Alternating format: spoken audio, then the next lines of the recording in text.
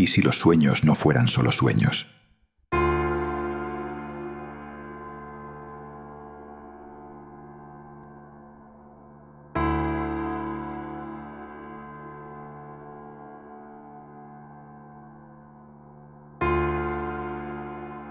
Hay relatos que nacen de la imaginación y otros de lugares mucho más extraños. Este, en particular, surgió de una pesadilla tan vívida que dejó una huella imborrable. No por lo que ocurrió, sino por quienes aparecían en ella. Durante años, el autor creyó que se trataba solo de un mal sueño, hasta que, poco a poco, esas figuras que su mente había inventado comenzaron a cruzarse con él en la vida real. ¿Coincidencia, fantasía o algo más? Este relato breve mezcla realidad y ficción, sueño y vigilia, en una historia que deja una pregunta rondando la cabeza. ¿Y si todo lo que soñamos ocurre realmente en algún otro lugar?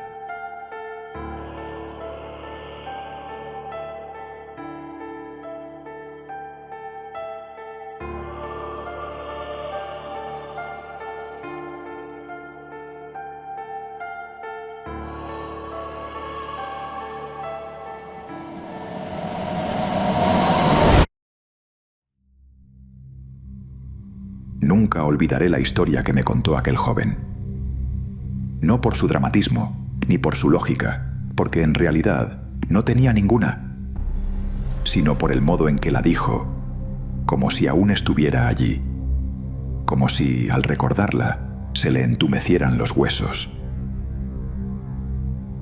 Fue una de esas noches en que uno espera un poco de calma, de rutina. Estaba trabajando en un ensayo corto, algo sobre literatura de lo absurdo, cuando recibí la llamada de William Foster, psicólogo clínico, colega ocasional y amigo desde mis años universitarios.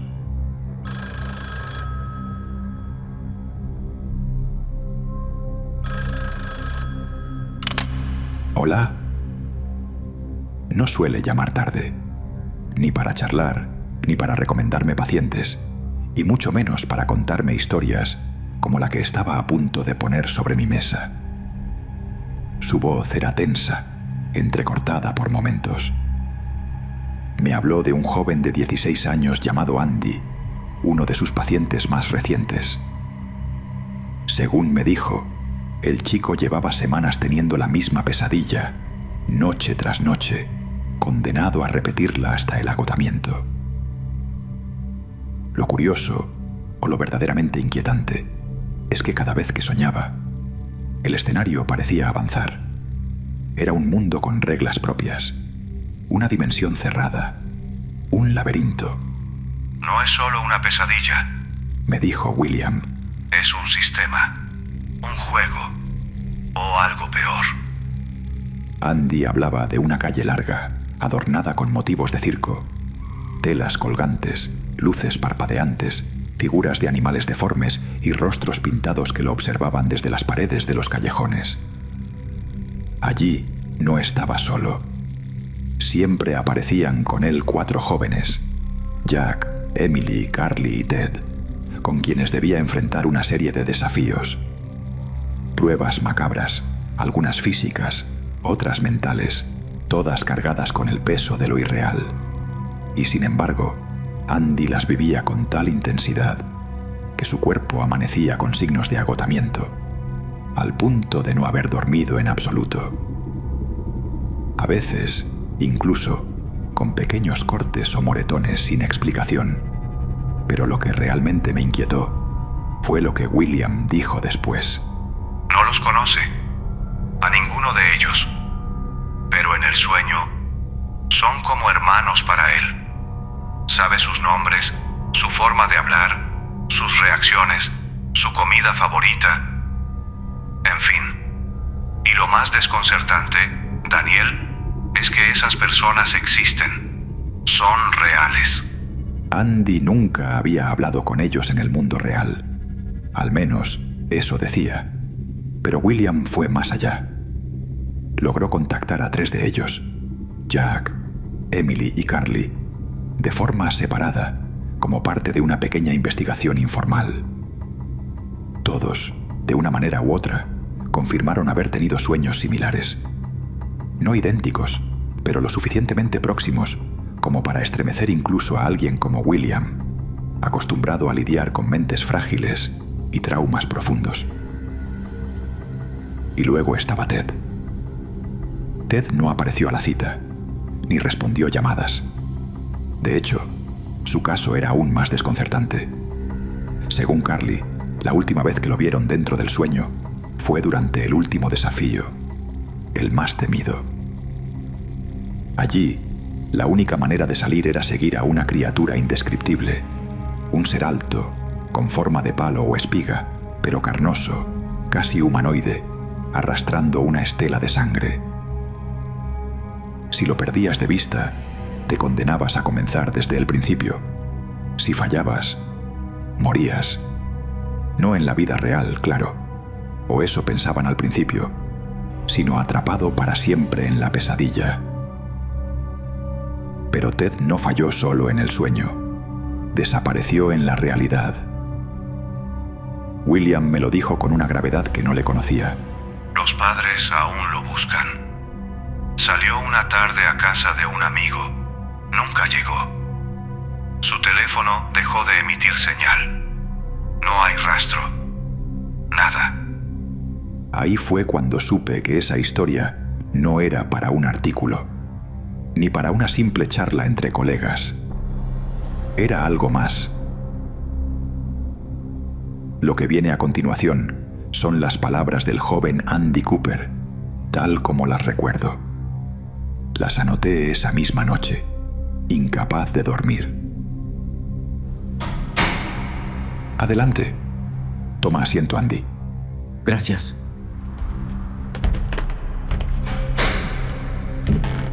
Entonces, ¿volviste a tener el mismo sueño? Sí. Bueno, necesito que me lo cuentes todo. Bueno, no sé por dónde empezar, Daniel, porque esto no se siente como un sueño cualquiera. Hay noches en que despierto y me toma varios minutos recordar en qué mundo estoy. Otras veces, ni siquiera estoy seguro de haber despertado. Siempre es la misma calle. Larga, interminable, con faroles que chisporrotean como bombillos a punto de reventar. Hay cortinas deshilachadas colgando de postes torcidos, y en ellas aparecen manchas de color rojo y verde, como pintura corroída por la humedad. También hay caras de payasos pegadas en las paredes de ladrillo y puestos donde venden palomitas y algodones de azúcar. Pero todo está dañado. Parecía como si estuviera dentro de un circo grande y abandonado. Detrás de esas telas escucho pasos, risas burlonas y susurros, algo que nunca se muestra del todo, pero que siempre están ahí, vigilando. Y el viento... Oh, Dios, ¿cómo olvidar el zumbido del viento, suave pero aterrador, esparciendo un olor a hierro oxidado y dulzor rancio? Allí, en el sueño, no estoy solo. Siempre somos 5. Jack, Emily, Carly y Ted. No los conozco, nunca los he visto. Y sin embargo, sé cosas de ellos que no debería. Conozco las manías de Jack, la risa nerviosa de Emily, los recuerdos de infancia de Carly y a Ted el burlón. Mi cabeza guardará memorias que nunca viví. Y lo peor es que para ellos pasa lo mismo conmigo. Me llaman por mi nombre. Saben lo que pienso antes de que lo diga. Pareciera nos hubieran juntado en ese lugar con una memoria compartida. Una historia en común que no existe fuera de la pesadilla.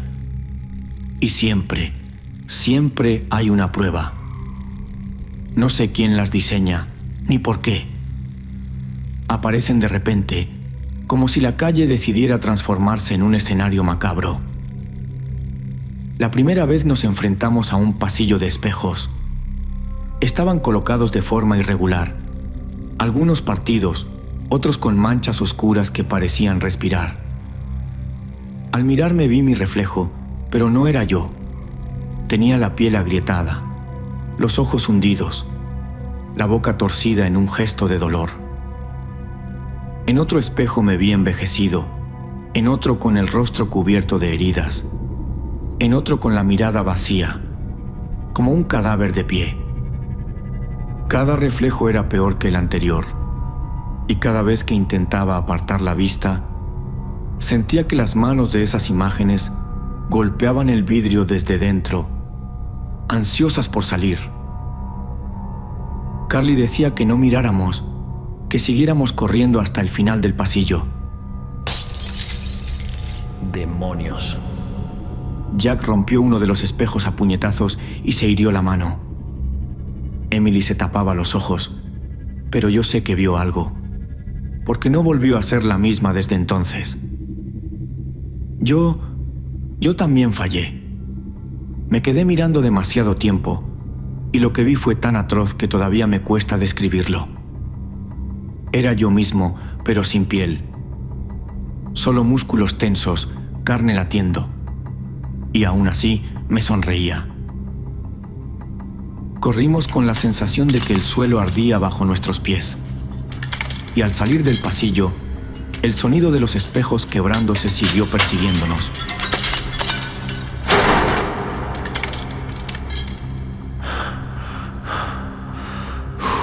Podía oír mi respiración multiplicada, cientos de versiones mías jadeando al mismo tiempo.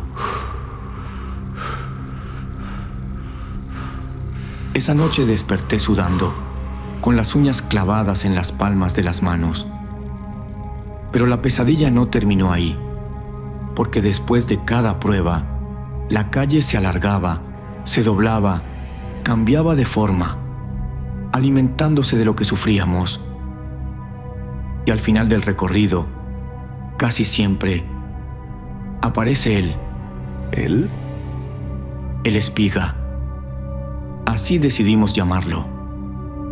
Alto, flaco, como un insecto palo, hecho de una carne translucida y viscosa, como ramas recubiertas de piel.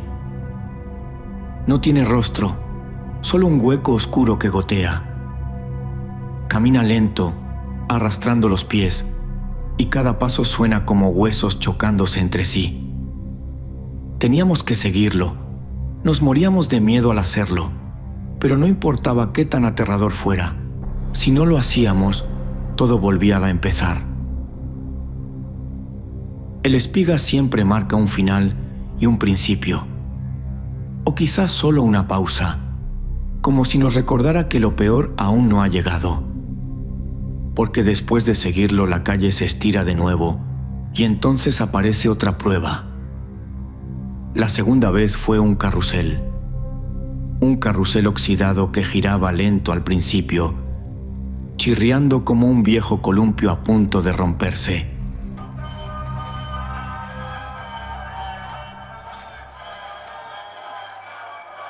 Los caballos estaban desollados.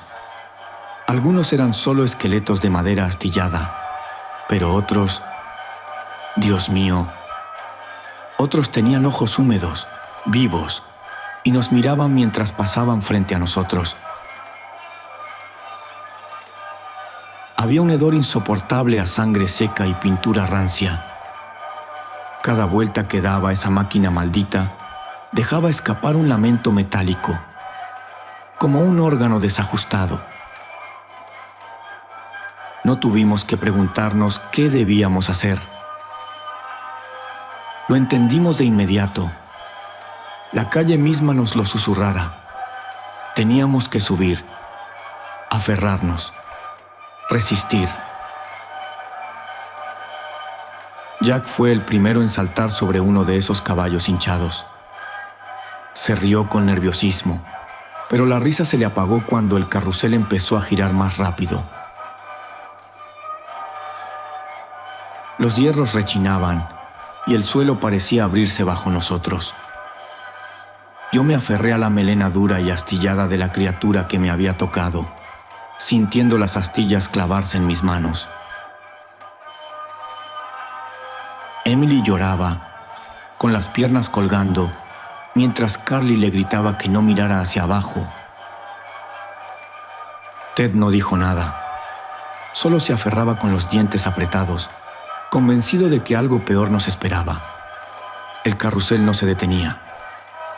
Cada vuelta era más veloz.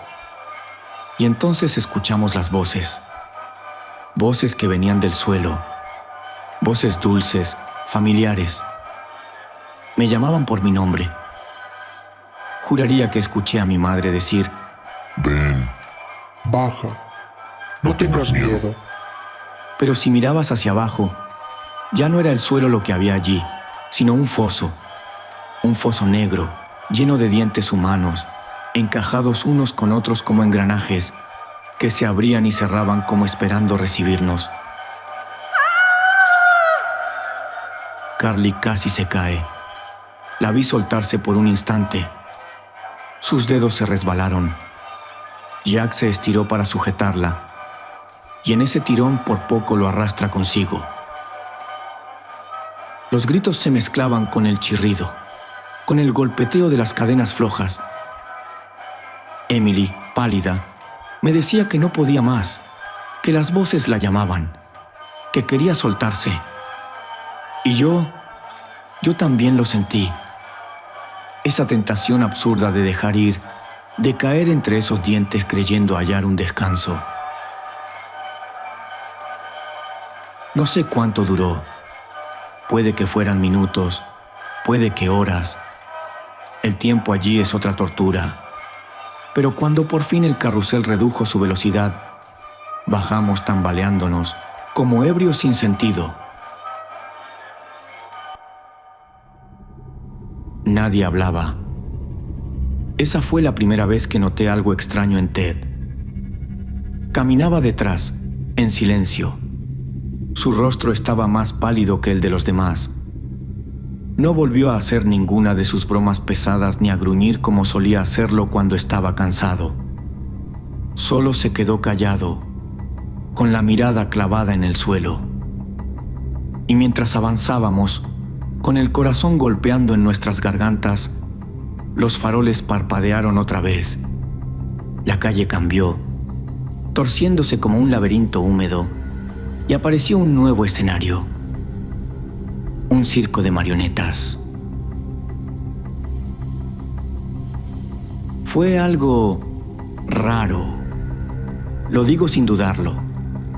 El carrusel exigía fuerza, aguante, resistir al vértigo. Pero aquí el enemigo éramos nosotros mismos. La calle se abrió de golpe hacia una carpa deshilachada, con franjas rojas y blancas que colgaban como piel podrida. El viento la inflaba y la hacía crujir, y por un instante pensé que estaba respirando. El suelo era de serrín húmedo, con manchas oscuras que olían a moho y sangre seca. Y al fondo, iluminadas por bombillas mortecinas, estaban ellas, las marionetas. Eran de tamaño humano, colgando de cuerdas que no estaban sujetas a nada. Flotaban, movidas por una fuerza invisible. Y lo más horrible, cada una era idéntica a nosotros. 5 marionetas, 5 réplicas de nosotros. Sus ojos eran negros, como botones quemados, y aún así brillaban con un fulgor malsano. Cuando nos vieron, comenzaron a imitar nuestros gestos. El modo en que Jack se sobaba el puño herido, la forma en que Emily se mordía los labios, el temblor de mis manos. Era como mirarse en un espejo deformado, uno que se burlaba de cada debilidad. De pronto empezaron a hablar y a reírse, voces chillonas y quebradas que se burlaran desde un teatro de feria. Mi doble me gritaba mis miedos en frases cortas, crueles. Eres débil. Nunca escaparás. Siempre corres. Nunca luchas. La marioneta de Carly soltaba una risa desagradable y repetía sus inseguridades, recordándole cómo había dejado a su hermano solo en la infancia. Emily no podía soportar la suya. La escuchábamos acusarla de ser frágil, inútil, un peso muerto para el grupo. Y lo peor es que cada palabra resonaba dentro de nuestras cabezas, como si viniera de nuestra propia voz interior. La prueba fue clara. Debíamos destruirlas. No sé cómo lo supimos, pero lo entendimos. Solo había una salida: enfrentar a nuestro propio doble y partirlo en pedazos. Jack fue el primero. Con un grito de rabia, arremetió contra su marioneta y la tumbó al suelo. El serrín voló con el impacto. La golpeó una y otra vez, hasta que los trozos de madera quedaron astillados. Al romperse, la marioneta chilló con una voz metálica que se clavó en los oídos, un sonido parecido al de una bisagra oxidada al girar. Yo lo hice después. Temblaba, pero avancé contra la marioneta. Al tocarla sentí que estaba caliente, con la consistencia de carne viva. Cuando la derribé, la cabeza se partió de lado y de la boca salió un polvo negro que olía a hollín. Aún hoy, al recordarlo, siento el sabor áspero en la garganta. Pero Emily no pudo. Su marioneta la abrazaba, intentando fundirse con ella, y le repetía en voz aguda: Eres nada. Eres débil. Muere conmigo. Emily lloraba y negaba con la cabeza, incapaz de golpearla. Ted y Carly intentaron ayudar, pero cada uno tenía su propio doble que enfrentar. Finalmente fue Jack quien arrancó a Emily de ese abrazo y destrozó a la marioneta con un golpe seco. El chillido que salió de esa cosa nos hizo taparnos los oídos.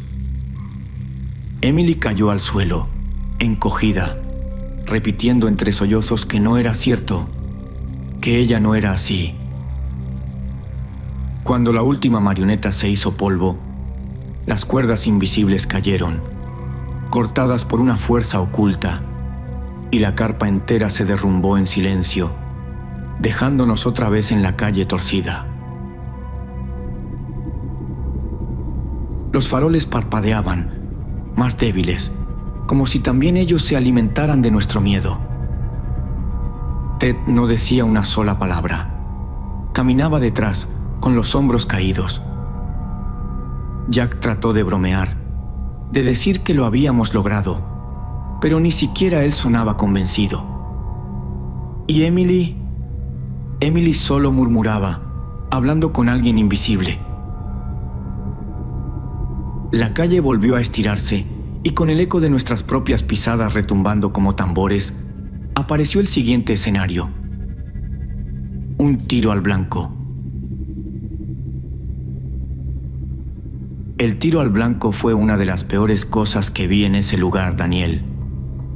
Llegó como una feria dentro de la feria. Un puesto con luces melladas, dianas pintadas con sonrisas que se deshacían en sangre y una fila de fusiles oxidados apoyados en un mostrador de madera podrida. Hacía un calor pegajoso, aunque afuera el aire olía a humedad. Era un calor que te pegaba la ropa al cuerpo y te punzaba la nuca. Por encima, una música de gramófono torcido repetía una melodía infantil y grotesca como una nana que se ha olvidado de sus palabras. En el centro, en vez de las típicas siluetas de papel, las dianas eran rostros que se movían. Al principio parecían máscaras, pero cuando te acercabas notabas que parpadeaban. Y no eran rostros cualesquiera, se transformaban, deslizándose lentamente de una cara a otra hasta volverse algo que reconocías. Ojos vagos, perfil doblado de tu abuelo o la sonrisa de alguien que amabas. El aire se llenó de pequeñas voces que susurraban nombres. La piel se me erizó. Nos dijeron que debíamos disparar para pasar. No hubo acuerdo, no hubo consejo. La prueba estaba impuesta. Tomar un fusil fue como otorgarte una sentencia. Las correas rasparon contra los hombros. Al apuntar, el cañón temblaba en mis manos. El metal olía a polvo y óxido, y al inclinarme para estabilizar la mira sentí náuseas. Carly fue la primera que falló en responder. Miraba a la Diana que le pusieron enfrente con los ojos clavados y sin parpadear. Cuando la imagen cambió, la Diana, sensible a su miedo, se transformó en el rostro de su hermano pequeño, el que había perdido tiempo atrás a causa de una pelea familiar. La sonrisa en la Diana se estiró y se volvió irónica, y las palabras en su cabeza se volvieron cuchillas que todos logramos sentir. Tú lo dejaste. Tú lo abandonaste. Carly tragó saliva y negó con la cabeza, incapaz de apuntar. Detrás de nosotros, en la oscuridad, algo mecánico empezó a crujir. Una fila de figuras automatizadas emergió de una trampilla. Hombres de metal con rostros de reloj, brazos de palanca. Se acercaron con movimientos de autómata. Tenían fusiles clavados en sus hombros y ojos de vidrio que brillaban con la misma luz que las dianas. Un hombre de hierro, con la voz desgastada por el tiempo, no necesitó hablar para dejar claro su mensaje. Quien se negara a disparar se convertirá en el blanco. No usó palabras, solo un gesto. El autómata alzó su rifle y lo apuntó al pecho de aquel que dudaba. El primero en disparar fue Jack, con manos que le temblaban. Apuntó y cerró los ojos un instante, como pidiendo perdón. La Diana explotó en astillas de papel pintado y un grito distorsionado salió de ella, una mezcla de alivio y agonía. Cuando cayó el primer disparo, algo en el aire cambió. El dolor de las voces cedió por un segundo, pero solo por un segundo. A Emily le tocó una Diana que se convirtió en su madre. Tiró, pero sus manos fallaron y la bala rozó la mejilla de la imagen. La figura gimió con una voz que era a la vez suya y no suya. Emily se llevó las dos manos a la boca y vomitó serrín. Carly resistió hasta el final, hasta que la Diana le mostró a su hermano saltando de un paso al vacío y luego volviendo a reír. Ella cerró los ojos con fuerza y cuando los abrió, estaba el fusil en sus manos y el gatillo apretándose como si otro dedo lo moviera. La imagen se rasgó. La Diana del chico se desplomó y por un instante terrible, vi que Carly no lloraba. Tenía la cara pálida y en su boca un reflejo de risa rota.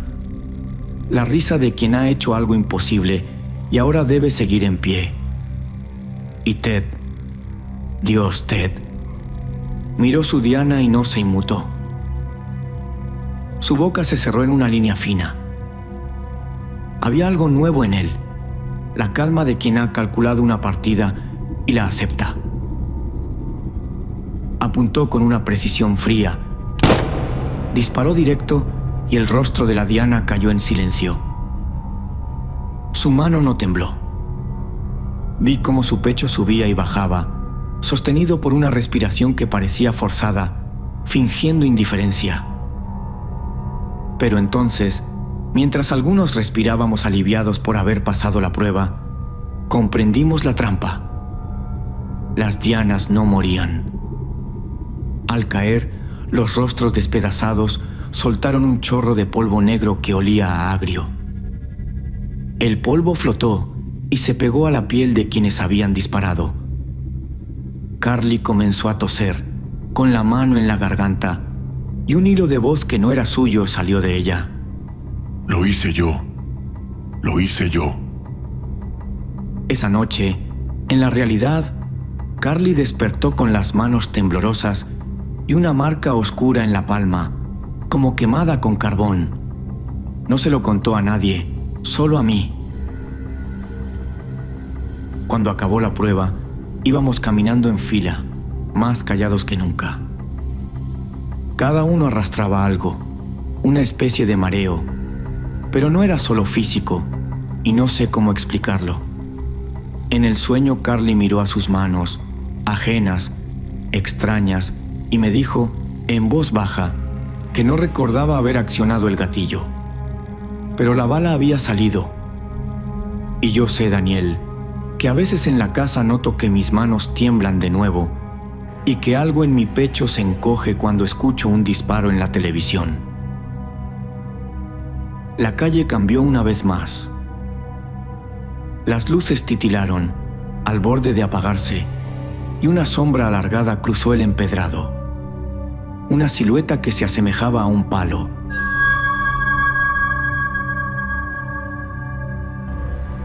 Todo lo demás del recorrido se había convertido en una preparación, una serie de ejercicios para aflojar nuestras defensas. Y ahora, al final de la calle, el último reto nos esperaba con pasos que sonaban como huesos estrellándose a sí mismo. El eco de los disparos aún retumbaba en las paredes invisibles de la feria. Carly permanecía de rodillas, los nudillos blancos de tanto apretar el fusil, la frente bañada en un sudor frío que no sabía si era suyo o del aire cargado que los envolvía. Jack apenas respiraba. Emily se abrazaba los codos temblando, convencida de que cada marioneta destruida la seguía observando desde las sombras. Ted, en cambio, no decía nada. A veces su comportamiento era extraño. Solo apartó la vista del rostro que había tenido que destrozar en la diana y caminó hacia adelante, más hundido en sí mismo que nunca. Las luces de la calle circense se apagaron una a una, dejándolos bajo un manto de penumbra que no era total oscuridad, pero sí una especie de gris sucio que borraba los bordes de las cosas. Un silencio más denso que el aire cayó de golpe, hasta que de la boca de un callejón comenzó a resonar un sonido distinto. El golpe seco de pasos de huesos chocándose entre sí.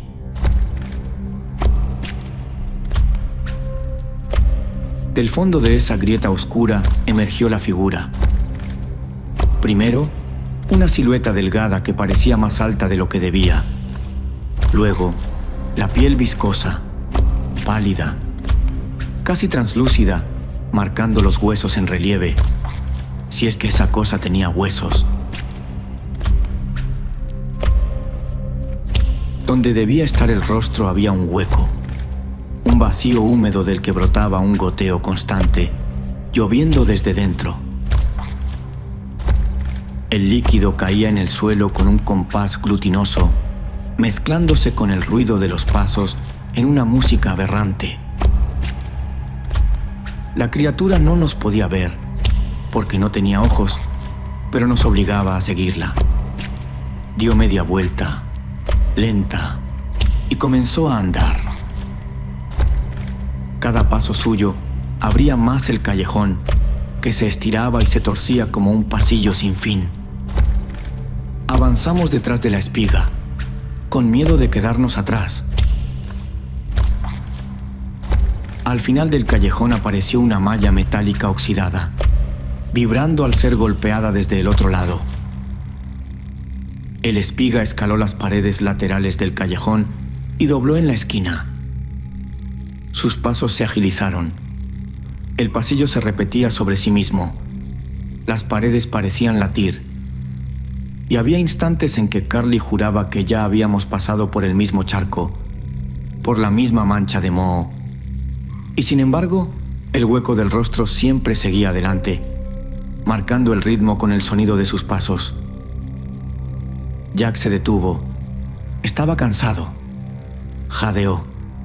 Y entonces ocurrió algo. Un vacío a sus pies se abrió de repente como una boca y lo succionó de golpe hacia abajo. Gritó, pero Ted lo agarró del brazo y tiró con toda su fuerza, arrancándolo de las fauces negras en el último instante. Jack cayó contra la pared, pálido como un cadáver. Nadie dijo nada, solo seguimos caminando, cada vez más aterrados. El tiempo corría, tal vez. No supimos si llevábamos minutos u horas en ese trayecto, hasta que, de pronto, el callejón se abrió en una especie de plaza, rodeada de columnas torcidas que parecían hechas de hueso. El espiga se detuvo en el centro y giró, como esperando. Ted se adelantó un paso. Tenía la mirada fija en el hueco chorreante del rostro, como si algo lo estuviera llamando desde ahí. Algo que solo él podía escuchar. ¿Qué haces, viejo?, pensé en ese momento, pero Ted seguía ahí, observando. De pronto dio otro paso y otro. El goteo del hueco parecía acelerarse, cada gota un golpe de tambor dentro de sus oídos. Emily intentó sujetarlo. Yo también lo hice, pero Ted se soltó con una brusquedad inusitada.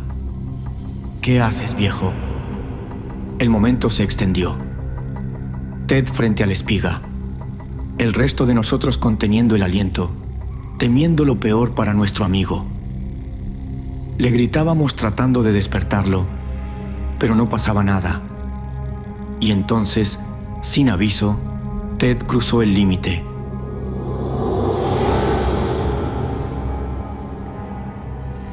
Su cuerpo fue absorbido por la nada del hueco chorreante, borrado de un solo trazo. No quedó ni un rastro, ni un grito, nada. Solo el espiga, inmóvil, con el vacío húmedo en lugar de rostro, mirándonos, aunque no tuviera ojos. En ese instante, el callejón se desmoronó. Todo se quebró en pedazos como un rompecabezas. Y lo último que recuerdo antes de ser arrojado de vuelta a la realidad fue el sonido de huesos golpeándose entre sí, alejándose poco a poco.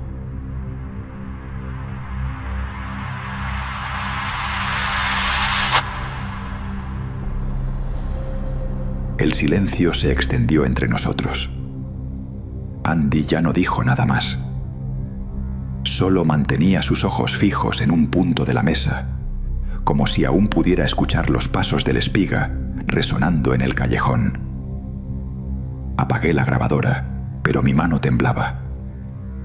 Había tomado notas, sí, cada detalle, cada imagen de ese infierno compartido, y sin embargo nada parecía suficiente para contenerlo en palabras. Finalmente me dijo: Daniel, fue solo un sueño, ¿verdad?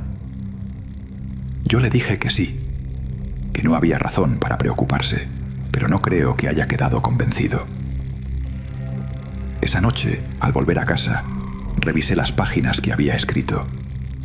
Leí los nombres, las descripciones, las pruebas que lo habían marcado.